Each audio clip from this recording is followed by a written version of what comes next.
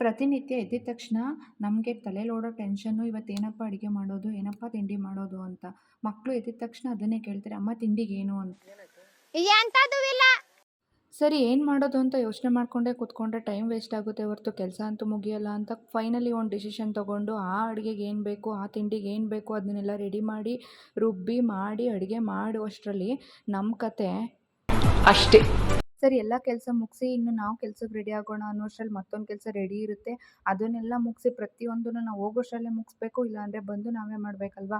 ಎಲ್ಲ ಕೆಲಸ ಮುಗಿಸಿ ಸ್ವಲ್ಪ ಊಟ ಮಾಡಿಕೊಂಡು ನಾವು ಇವಾಗ ಹೊರಡ್ಬಿಟ್ವಿ. ಎಲ್ಲಿಗೆ? ದನ ಮೀಸಕ. ಕರೆಕ್ಟ್ 9:30ಗೆ ಬಂದು ನಾವು ಡ್ಯೂಟಿ ಜಾಯ್ನ್ ಆಗಬೇಕು. ಬಯೋಮೆಟ್ರಿಕ್ ಕೊಡಲೇಬೇಕು.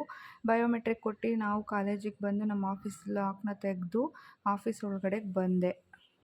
ಒಳಗಡೆ ಬಂದು ನೋಡ್ತೀನಿ, ನನ್ನ ಕ್ಯಾಬಿನ್ ಅಂತೂ ನೋಡೋಕ್ಕೆ ಆಗ್ತಿಲ್ಲ. ಎಲ್ಲ ಚೆಲ್ಲಾಕ್ಬಿಟ್ಟಿದೆ ಹೋಗು ಅರ್ಜೆಂಟಿಗೆ ನೆನ್ನೆ. ಇವಾಗೆಲ್ಲ ನಾನೇ ಕ್ಲೀನ್ ಮಾಡಬೇಕು. ಸರಿ ಎಲ್ಲ ಕೆಲಸ ಮುಗೀತು. ಮನೆಗೆ ಹೊರಡುವ ಸಮಯ. ಮನೆಗೆ ಹೊರಡ್ತಾ ಇದ್ದೀವಿ. ನಮ್ಮ ಕಾಲೇಜ್ ನೋಡಿ ಎಷ್ಟು ಸಖತ್ತಾಗಿ ಕಾಣಿಸ್ತಾ ಇದೆ. ಸಿಗುವ ಮತ್ತೆ ಬಾಯ್ ಬಾಯ್. ಮತ್ತೆ ಭೇಟಿಯಾಗೋಣ. ನಮಸ್ಕಾರ.